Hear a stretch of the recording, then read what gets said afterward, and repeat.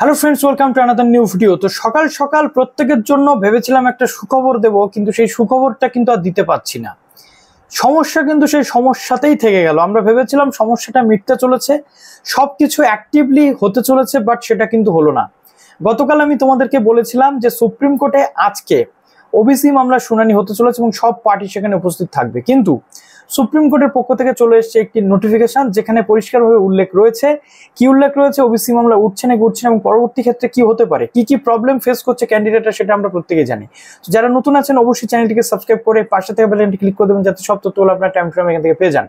তো ওবিসি মামলা আজকে উঠবে এবং জেনপাস ইউজি থেকে শুরু করে ডব্লিউবিজেই রেজাল্ট থেকে শুরু করে সবকিছু একদম স্মুথলি শুরু হবে, এটা আমরা ভাবছিলাম। কিন্তু আমাদের ভাবনাটা প্রতি মুহূর্তেই কিন্তু ভুল প্রমাণিত হচ্ছে। কেননা আমরা এক্সপেক্ট করে থাকছি যে সর্বোচ্চ আদালতে ওবিসি মামলাটা যত দ্রুত সম্ভব নিষ্পত্তি হবে এবং সেই নিষ্পত্তির ওপর ভিত্তি করে আমাদের সমস্ত যে প্রসেসগুলো আটকে আছে, সেটা চাকরি হোক বা অ্যাডমিশন হোক, সেই জিনিসগুলো আস্তে আস্তে স্মুথ হবে। বাট সেই সমস্যাটা মিটছে না।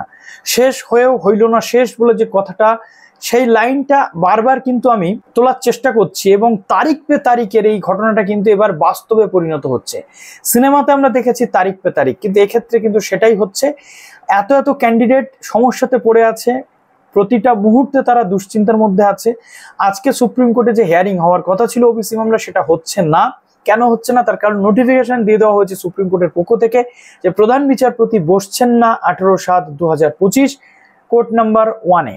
কেন? তার কারণ আমরা প্রত্যেকে জানি যে প্রধান বিচারপতি অসুস্থ ছিলেন। তাহলে এবার ভবিষ্যৎ কি হবে ক্যান্ডিডেটদের? আগামী 22 তারিখে আরো একটি টেন্টেটিভ ডেট আপাতত আমরা দেখতে পাচ্ছি, কিন্তু এখন আমাদের ভরসাটাই চলে যাচ্ছে যে 22 তারিখে ওই মামলা শুনানি হবে কিনা। কিছু সোর্স থেকে আমরা জানতে পারছি যে এই মামলা নাকি এই জুলাই মাসে আর হিয়ারিং নাও হতে পারে, অগাস্টের প্রথম উইকে এর হিয়ারিং হতে পারে।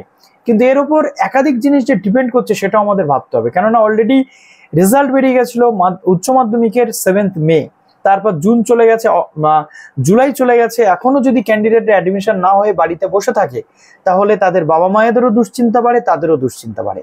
ইভেন অনেক ক্যান্ডিডেট আছে যারা প্রাইভেট কলেজে ভর্তি হয়ে বা অটোনোমাস কলেজে ভর্তি হয়ে ক্লাস পর্যন্ত শুরু করে দিয়েছে। তাহলে আমাদের রাজ্যে একটা নির্দিষ্ট এডুকেশন সিস্টেমের মধ্যে এক শ্রেণীর ক্যান্ডিডেটরা এগিয়ে যাচ্ছে, ডেভেলপ করছে, আর বাদবাকি অন্যান্য শ্রেণীর ক্যান্ডিডেট যারা, তারা কিন্তু পিছিয়ে থাকছে। এটা আমাদের কাছে একটা সত্যি লজ্জার। তো আমরা জানি না কবে এই সমস্যার সমাধান হবে, আমরা চাইবো দ্রুত এই সমস্যার সমাধান হোক। চলো ভিডিওটা এখানে শেষ করলাম। যারা নতুন আছে আমাদের সাথে জুড়ে থেকো এবং যা তথ্য আসবে আমি তোমাদের সঙ্গে শেয়ার করবো।